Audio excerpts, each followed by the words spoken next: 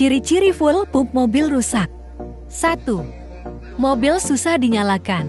Ketika komponen tersebut rusak, maka ciri utamanya adalah mobil susah dinyalakan dan mesinnya bunyi brebet.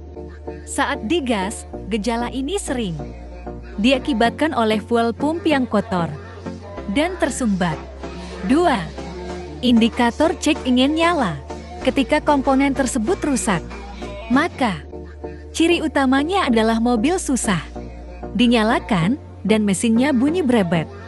Saat digas, gejala ini sering diakibatkan oleh fuel pump yang kotor dan tersumbat. 3. Suara pompa melemah. Dengar baik-baik suara denguran mesin mobil yang muncul ketika Anda memutar kunci kontak ke posisi on. Bunyi itu berasal dari tangkai kendaraan. Kalau suara yang terdengar cenderung lemah, bisa jadi fuel pump kendaraan pun lemah.